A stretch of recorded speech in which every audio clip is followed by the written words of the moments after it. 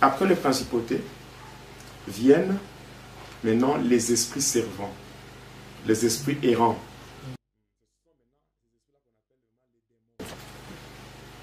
Là, nous sommes à la 6e position. Là, ce sont des esprits humains ou... Là, ce sont des esprits humains, c'est-à-dire les esprits de ceux qui sont morts et qui ont manqué où aller. Maintenant, on les utilise et on les place dans des légions. Vous savez, il y a tellement beaucoup de choses.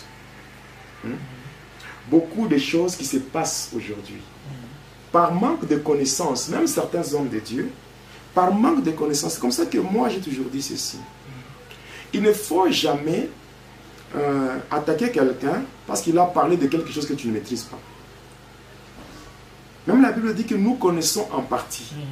Donc nous tous, nous sommes appelés à nous compléter. Il y a ceux-là qui ont fait la théologie, il y a ceux-là qui n'ont pas fait la théologie, il y a ceux-là qui ont des révélations, mais dans le corps du Christ, nous sommes censés nous compléter pour la gloire de Dieu. Et puis, autre chose. Quand on parle des esprits errants, les esprits servants, là, ce sont maintenant les démons. Quand on parle des démons, ce sont ces esprits-là. Les démons. Alors, ces démons-là, quand on parle de démons, ce sont les esprits, parce que nous savons tous que l'homme est tripartite. Et dès que l'homme meurt, il y a les trois composantes, c'est-à-dire les trois parties qui se séparent. Donc, il y a les trois parties qui se séparent. C'est-à-dire, d'une part, nous voyons, il y a le corps, l'âme et l'esprit. Le trois là se séparent. Il est dit dans la Bible que par rapport au corps, n'est-ce pas? Il est dit ceci, tu es poussière, tu retourneras à la poussière. Ça, c'est Genèse 3. Maintenant, par rapport à l'âme, c'est Ézéchiel. Il est dit, c'est l'âme qui pêche, c'est celle qui mourra. Et l'esprit doit rentrer soit chez le Créateur, c'est Dieu le Père, comme Jésus dit, Père, entre tes mains, je remets mon esprit. Et aussi, si la personne n'a pas vécu sur terre dans une vie conforme à la volonté de Dieu, cet esprit-là sera orienté dans des légions de démons. Et une légion de démons est composée de 13 000 démons.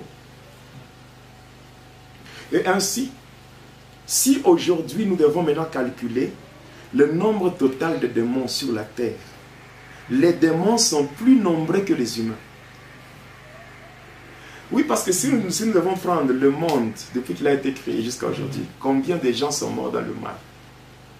Maintenant, est-ce que vous pouvez déterminer le nombre de démons?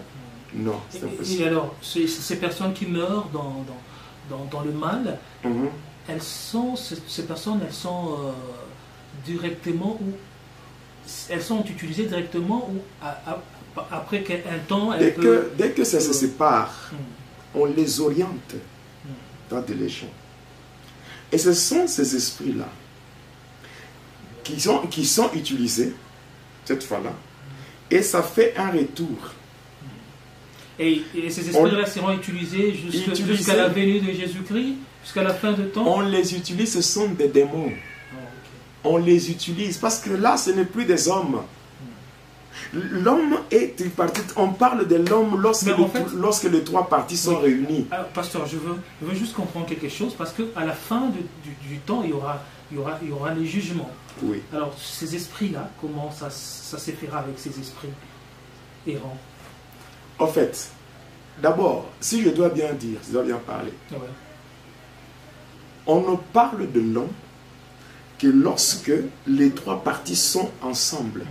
On parle, c'est pour cela que nous disons que l'homme est tripartite. Corps, âme, esprit. Corps, âme, esprit.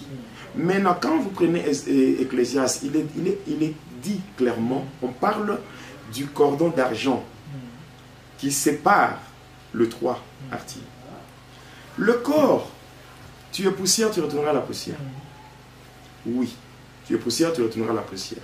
L'âme, il est dit, c'est l'âme qui pêche. L'âme qui pêche, c'est celle-là qui mourra. Là, c'est l'emprisonnement. Et ici, quand on parle du séjour des morts, on parle du lieu de tourment. C'est quoi? Qu'est-ce qui va là-bas? C'est l'âme. C'est l'âme. Voilà pourquoi le Seigneur disait aux brigands, il disait, toi et moi, aujourd'hui, tu seras avec moi dans le paradis. C'est le lieu de repos.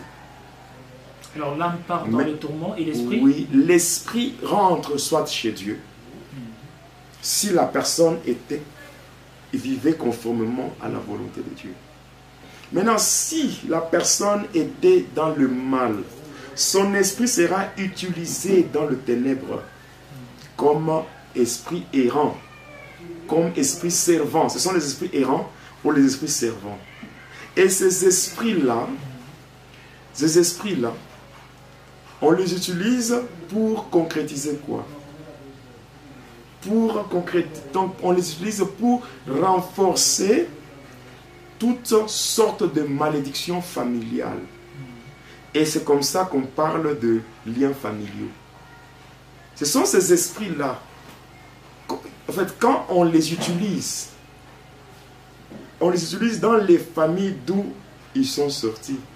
On les utilise comme cela.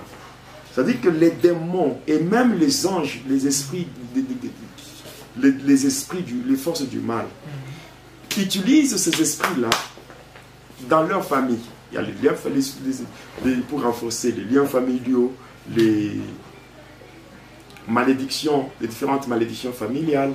C'est à partir de ces esprits-là. Après, à la 7e position, viennent cela qu'on appelle